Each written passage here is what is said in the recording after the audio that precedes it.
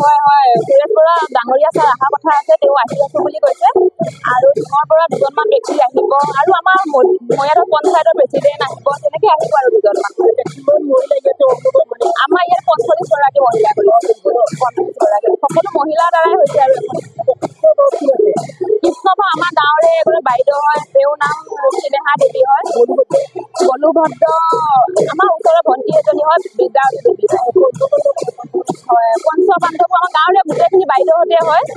মানে ভীমৰ ভাও লৈছে তিলোত্তমা বুলি কয়, আৰু তাতে অৰ্জুনৰ ভাও লৈছে টুটুমণি দেৱী, তাৰপিছতে নকুল লৈছে অঞ্জু, সহদেৱ লৈছে দীপা দেৱী, তাৰপিছত আৰু যুধিষ্ঠিৰ লৈছে মোৰে বৌ হয় দীক্ষা দেৱী। আৰু সকলোখিনি ভাল হ'বলৈ আমাকো কামনা কৰক ন, তেওঁলোকে চাই উপভোগ কৰক, উপভোগ কৰিলে আমাৰো ভাল লাগিব। তেওঁলোকৰ পৰা আমি যদি আশীৰ্বাদ এটা পাম, আমাৰ আগুৱাই যাবলৈ আমাৰ মানে একো সক্ষম হ'ব। আই মাতৃসকলৰ সহযোগত, সম্পূৰ্ণ আই মাতৃসকলৰ সহযোগতে এইবাৰ গুৰুজনাৰ অমৰ সৃষ্টি এই অংকীয়া ভাওনাখনি মঞ্চস্থ কৰিব লোৱা হৈছে। মণি বিক্ৰম সকলোবিলাক মহিলাই এই ভাওনাখনত অংশগ্ৰহণ কৰিছে। পুৰুষ ভাওত মানে পুৰুষ চৰিত্ৰত কোনো নাই, সম্পূৰ্ণ সকলোবিলাক মহিলাই।